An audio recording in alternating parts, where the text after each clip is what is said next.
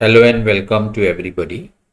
Nowadays, we are discussing the General Studies paper of UPSC Civil Services Preliminary Examination held in June 2022।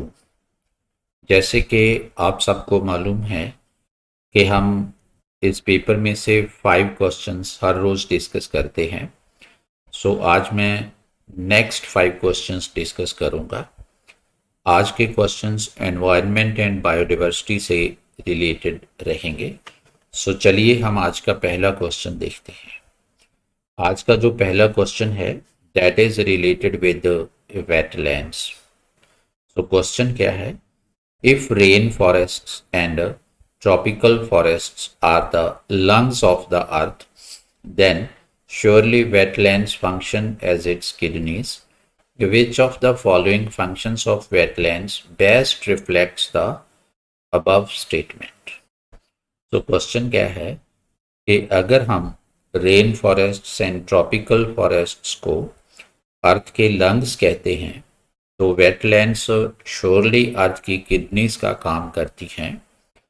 Wetlands के दिए गए functions में से कौन सा फंक्शन जो है इस स्टेटमेंट को बेस्ट रिफ्लेक्ट करता है?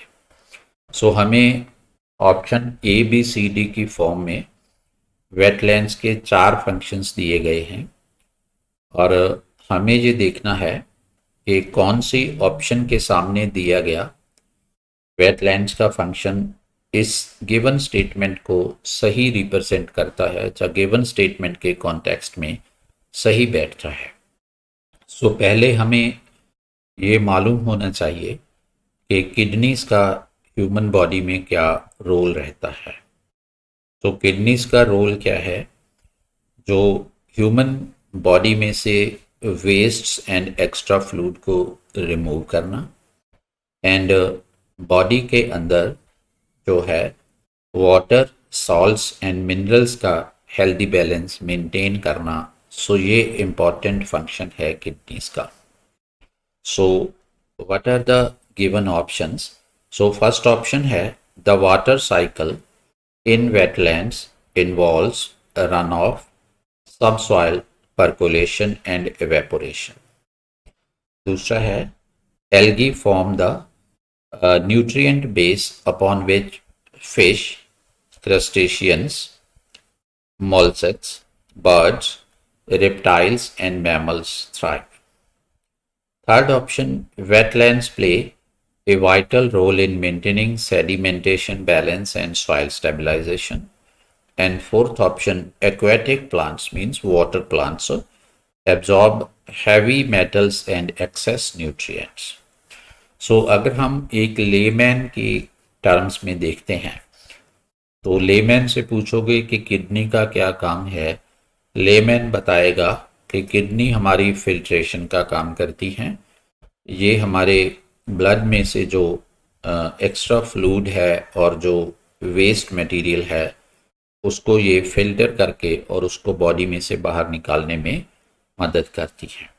इसी कॉन्टेक्स्ट में अगर हम देखते हैं तो डी हमें ठीक ऑप्शन लगती है। Aquatic plants absorb heavy metals and excess nutrients. Our answer is B here. अब हम देखते हैं what are the important functions of wetlands. First है wetlands are primary sources of fresh water. Wetlands are buffer of floods and droughts. Wetlands are recyclers of nutrients and chemicals. Wetlands are source of livelihood, food and home to biodiversity. And wetlands provide a wide range of ecosystem services such as, which are those ecosystem services? Those are water storage and purification, flood mitigation, storm buffers, erosion control, and microclimatic regulation. These are the various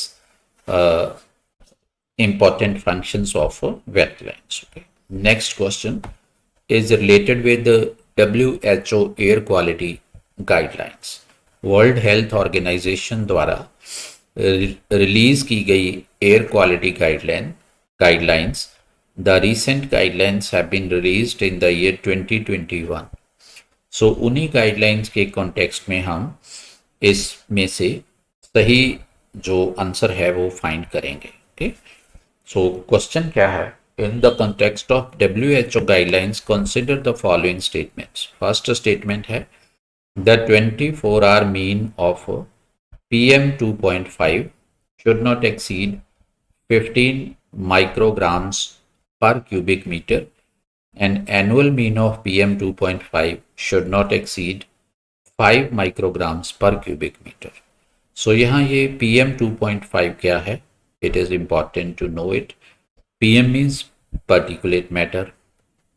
2.5 means size of the diameter of particulate matter. Okay, so 2.5 क्या है?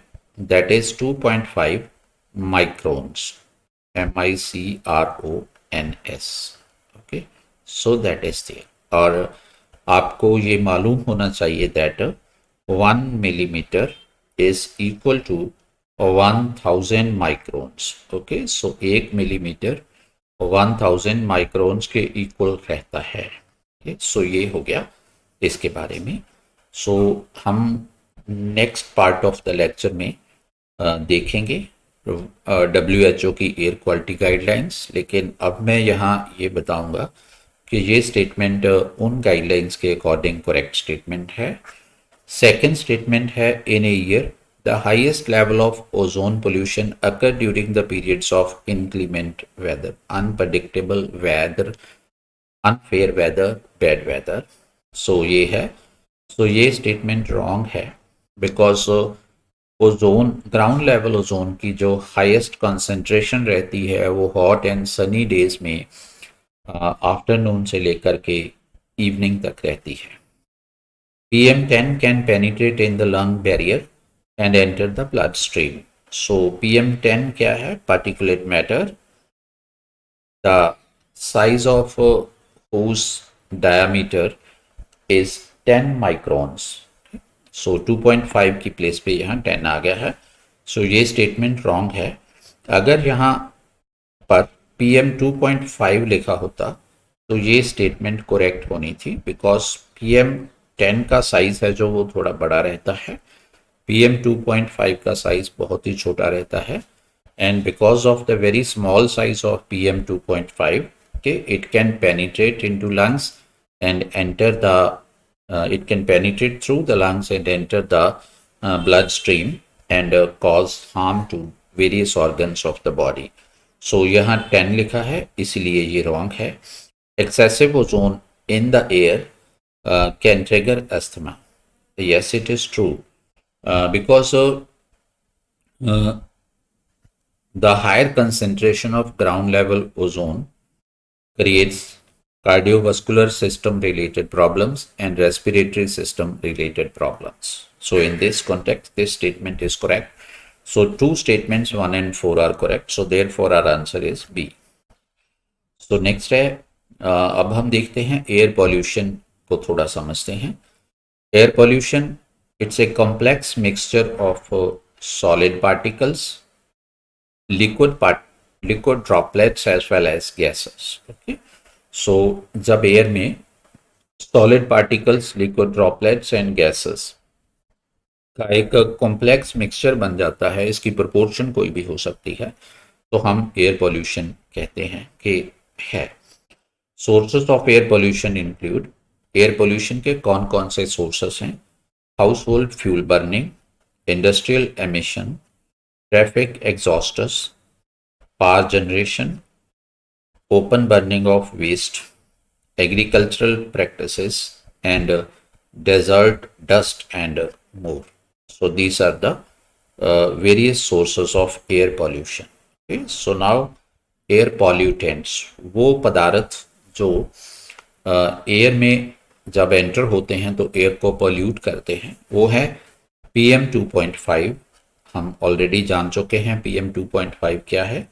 PM 10 ये भी जान चुके हैं। O3 means ozone, NO2 means nitrous dioxide, CO means carbon monoxide and SO2 means sulphur dioxide.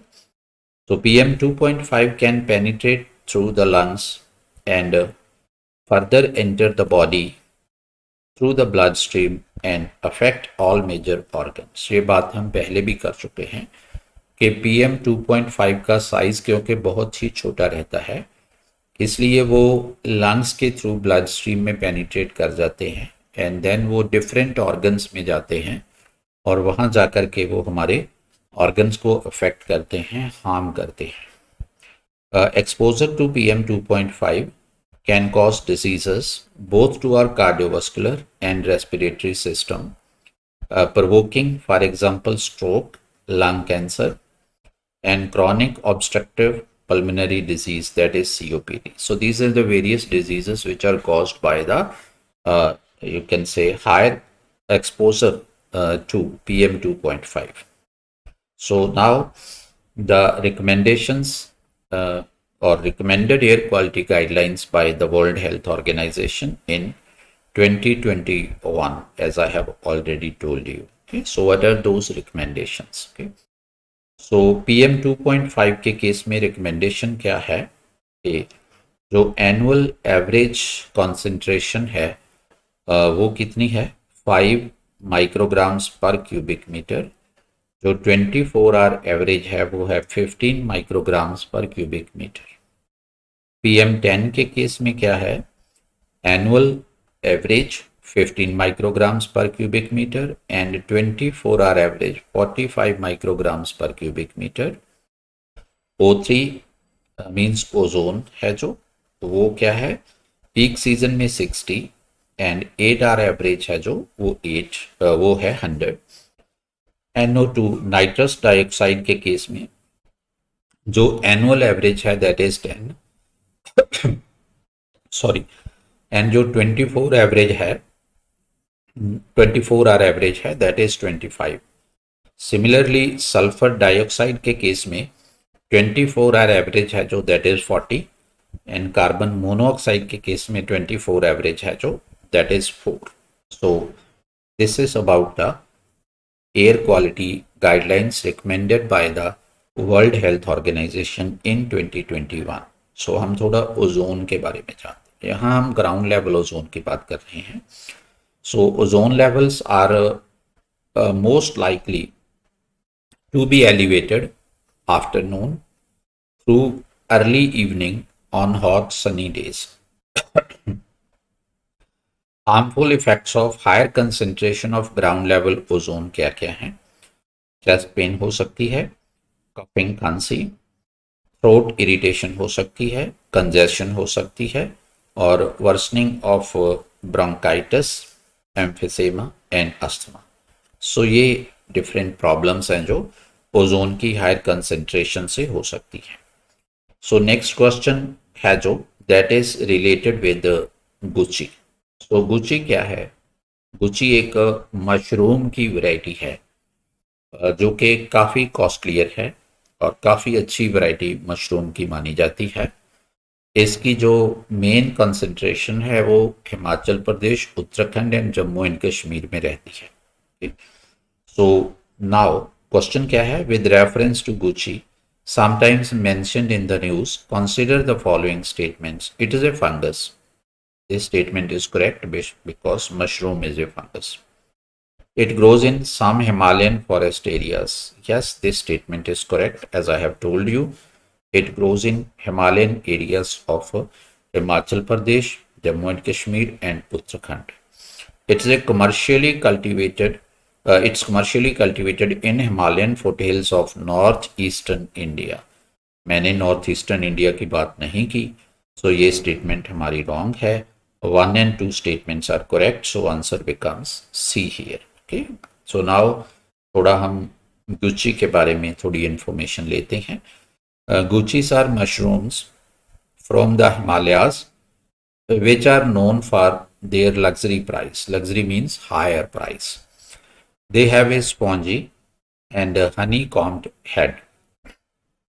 Spongy and honeycombed head. आप ये देखो यहाँ जो इमेज मैंने लगा रखी है उस इमेज का अगर आप हेड देखोगे सो ये मधुमक्खियों के छत्ते जैसा इसका हेड है। Okay, like the bee hive we can say its head looks. Okay, so they grow in coniferous forests across temperate regions and cool foothills of the Himalayas in Himachal, Uttarakhand, Jammu and Kashmir. Okay. So ये जो variety है mushroom की, ये temperate region में, coniferous forests में and Himalayas की cool foothills में, Himachal, Uttarakhand and Jammu and Kashmir में पाई जाती है. It grows best during the rains. So इसका जो बेस्ट ग्रोइंग सीजन होता है that is the rainy season. Okay. So जो नेक्स्ट क्वेश्चन है ये काफ़ी इंपॉर्टेंट टॉपिक से रिलेटेड है, right. Polyethylene terephthalate. So इसको हम पीईटी कहते हैं एब्रीवेट करके. Okay, PET, right. Polyethylene terephthalate means PET. Question क्या है? With reference to polyethylene terephthalate means PET, the use of which is so widespread in our daily lives, consider the following statements. ये कहते कि polyethylene terephthalate की आजकल हमारी daily life में काफ़ी ज़्यादा यूज़ है. उस कॉन्टेक्स्ट में गिवन स्टेटमेंट्स को देखिए.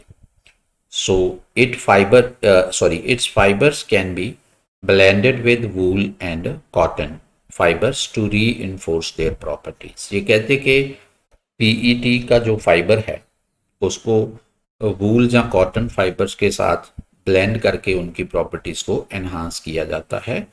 तो अभी हम नेक्स्ट पार्ट ऑफ लेक्चर में डिस्कस करेंगे. तो फिलहाल मैं आपको ये बता रहा हूँ कि ये स्टेटमेंट करेक्ट है. Containers made of it can be used to store any alcoholic beverage. No, any alcoholic beverage is wrong here. Okay, so carbonated beverages के लिए ये most suitable है.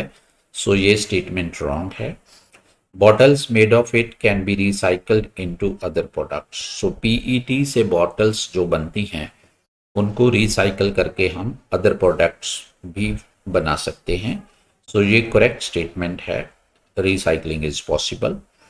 Next, articles made of it can be easily disposed of by incineration without causing greenhouse gas emissions. No, जब भी हम PET को dispose करते हैं तो green house gases means carbon dioxide का एमिशन होता है. So this statement is wrong. So the correct statements are 1 and 3. Therefore, the correct answer is A, which is 1 and 3. So polyethylene टेरेफ्थैलेट के बारे में अब हम देखते हैं कि ये क्या है. Member of polyester family of polymers. So first, strong stiff synthetic fibre and resin. So ये एक strong and stiff synthetic fibre है. स्पन इनटू फाइबर्स, इसको दूसरे फाइबर्स के साथ स्पिन किया जाता है लाइक वूल कॉटन के साथ. Moulded into disposable beverage bottles, इसको मोल्ड करके हम बॉटल्स भी बना सकते हैं. Produced by polymerisation of what, ethyl glycol and terephthalic acid. So ये दो चीज़ों means ethylene glycol and terephthalic acid की पॉलीमराइजेशन से प्रोड्यूस होता है. एथाइलिन ग्लाइकोल क्या है? It is a colourless liquid obtained from ethylene. And terephthalic acid क्या है? It is a crystalline solid obtained from xylene. So first thing is that ethylene glycol, it's liquid. Okay, and as far as this terephthalic acid is concerned, it is a solid. Okay, so these are the two important points here from your examination point of view. When the two ethylene glycol and terephthalic acid are heated together under the influence chemical catalysts. So ये कहते कि जब हम ethylene glycol and terephthalic acid को हम heat up करते हैं और इनमें जब हम केमिकल कैटलिस्ट को ऐड कर देते हैं, सो देन PET प्रोड्यूस होता है in the form of molten viscous mass that can be spun directly into fibers. So फिर ये जो PET प्रोड्यूस होता है ये एक molten फॉर्म में होता है और विस्कस फॉर्म में होता है. इसको हम डायरेक्टली अदर फाइबर्स के साथ स्पिन कर सकते हैं, या इसको सॉलिडिफाई करके हम प्लास्टिक बना सकते हैं। तो नेक्स्ट है इसमें, तो पॉलीफ्थाइलिन टेरिफ्थैलेट, ये काफ़ी स्टिफ रहता है। यहाँ क्या लिखा point, the stiffness of PET fibres makes clothes highly resistant to deformation, so they impart excellent resistance to wrinkling in fabrics.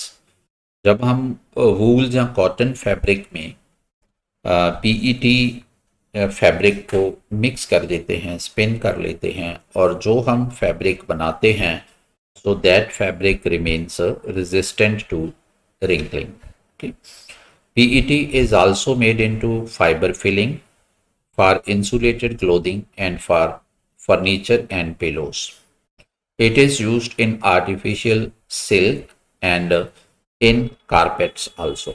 So इसको हम artificial silk and carpets को बनाने में भी यूज करते हैं। So industrial applications of PET include, इसकी industrial applications कौन कौन सी हैं, automobile, tire yarns, and conveyor belt and drive pellet, reinforcement of fire hoses, seat belts, railroad beds, and disposable medical garments बनाने में यूज होती है। सो ये इसकी कुछ इंडस्ट्रियल एप्लीकेशंस के बारे में है। So PET has been widely used in carbonated beverage bottles and in jars for foods processing at low temperature. So बहुत important point है कि PET का यूज हम एक तो कार्बोनेटेड बेवरेज बॉटल्स जो है उसके लिए करते हैं, मींस बॉटल्स बनाते हैं कार्बोनेटेड बेवरेज उसमें स्टोर करने के लिए, एंड इन जार्स, इससे जार बनते हैं ऐसे फूड को स्टोर करने के लिए जिस फूड की प्रोसेसिंग लो टेम्परेचर के ऊपर की गई हो। The low softening temperature of PET, approximately 70 degrees Celsius, prevents it from being used as a container for hot foods. Okay, so PET के जो कंटेनर्स हैं उनको हम हॉट फूड पैक करने के लिए, जो हॉट फूड उनमें हम नहीं डाल सकते, बिकॉज जो PET का जो मेल्टिंग पॉइंट है वो लो है, 70 डिग्री सेल्सियस के ऊपर ही ये जो PET है ये सॉफ्ट होने लगता है। सो PET is the most widely recycled plastic. PET bottles and containers are commonly melted down and spun into fibers for fiber fill or carpets. ये कहते हैं कि PET bottles and containers को हम मेल्ट डाउन कर लेते हैं, मेल्ट डाउन करके उनकी स्पिनिंग कर लेते हैं फाइबर्स में, ओके, और उनको हम कारपेट्स वगैरह में यूज कर लेते हैं। Disposal of waste PET produces carbon dioxide emissions. जब हम वेस्ट PET को डिस्पोज ऑफ करते हैं तो क्या होता है, green house gas emission, means carbon dioxide emission होती है, बिकॉज ग्रीन हाउस गैस में ओनली कार्बन डाइऑक्साइड नहीं होती, बहुत सारी गैसेस हैं। सो नेक्स्ट क्वेश्चन है जो, which of the following is not a bird, इनमें से बर्ड कौन सा जो है वो बर्ड नहीं है। One is golden mahseer. So you must know that golden mahseer is a fish which is an endangered species which is found in India in Indus, Brahmaputra and Ganges region. Okay, and in the recent years the government of India has started a conservation project for golden mahseer fish in the state of Uttarakhand. Okay, that is there. So ये हो गया, ये fish है, and जो rest of the 3 जो species के name हैं, these are all birds. Okay, so that means our answer in this case shall be A. सो ये हमने आज के 5 क्वेश्चंस डिस्कस किए हैं। होप आपको ये पॉइंट्स क्लियर हो गए होंगे। अगर फिर भी किसी को किसी किस्म का कोई डाउट है, क्वेश्चन है, क्वेरी है, तो आप कमेंट में लिख सकते हो। I will definitely try to address your query. So आज के लिए इतना ही। All the best, stay happy, stay healthy, God bless you all, bye and thank you very much.